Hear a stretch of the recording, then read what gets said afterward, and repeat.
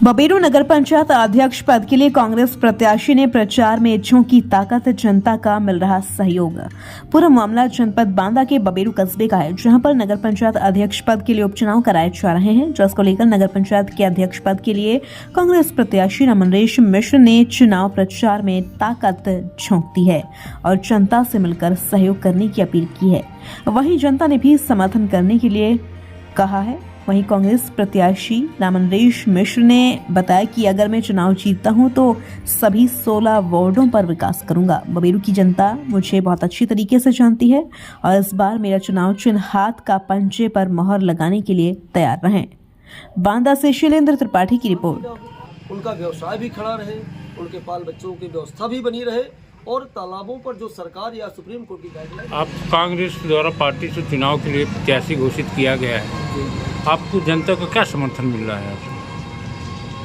वर्तमान परिदृश्य में क्योंकि अभी चुनाव मतदान के लगभग 5 दिन शेष है, अब तक जो मुझे जनता का प्यार मिला उसको मैं समर्थन न कह के आशीर्वाद कहूँगा। और जब से मैंने बबेरू में समाज कार्य में अपने कदमों को रखा, राजनीति नहीं, राजनीति लखनऊ और दिल्ली की होती है और ज़मीन पे समाज सेवा होती है।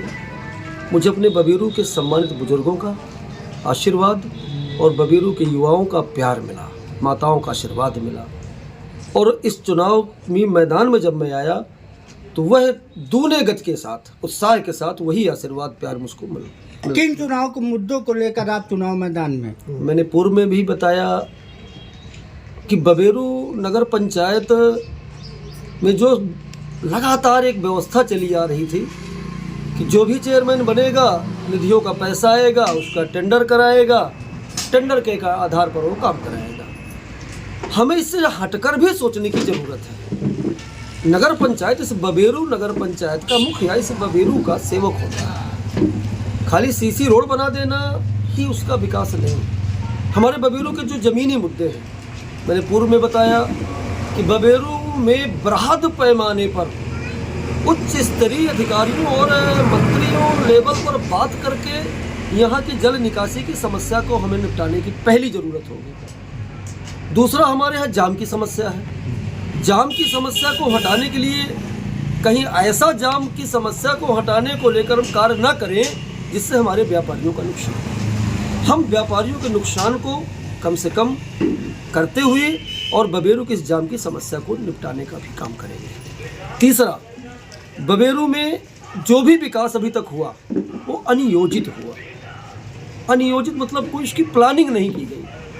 हमारा उद्देश्य होगा इस बबेरू का अगर बिजली का एक पोल भी लगेगा तो वो अपने प्लान के तहत लगेगा ताकि उसको 10 साल तक किसी प्रकार की उससे दिक्कत न हो। चौथी बात, बबेरू नगर पंचायत निर्माण भर की संस्था नहीं है, अन्य काम भी होते हैं। अगर व्यक्ति वहाँ पहुँचे, नगर पंचायत के अंदर अपनी समस्याओं को लेकर कोई व्यक्ति पहुँचता है तो उसको महसूस हो कि मेरी पंचायत है, ये मेरे मत के द्वारा चुना गया सेवक बैठा हुआ है, ये फला व्यक्ति बैठा जो मेरे दरवाजे कल के दिन हाथ जोड़कर वोट मांगने आया था, उसी प्रकार ये आज हाथ जोड़ के मेरे सामने सम्मान करता है।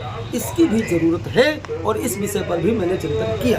गरीब जनता को किस तरह की प्राथमिकता देंगे आप? निश्चित रूप से गरीब जनता का जो आपने प्रश्न उठाया, अच्छा प्रश्न है। इस बबेरू में गरीब जनता के लिए सबसे बड़ा मुद्दा है उनकी जो मूलभूत आवश्यकताएं हैं उसके लिए उनको अधिकारियों के चक्कर में लगाना पड़ेगा। अगर गरीब जनता को सरकारी योजनाओं की जानकारी समुचित मिल जाए और अधिकारी बिना चक्कर लगवाए, बिना परिक्रमा लगवाए उनके निस्तारण कर दें तो मुझे लगता है 70% गरीबों की समस्या का निस्तारण हो जाएगा।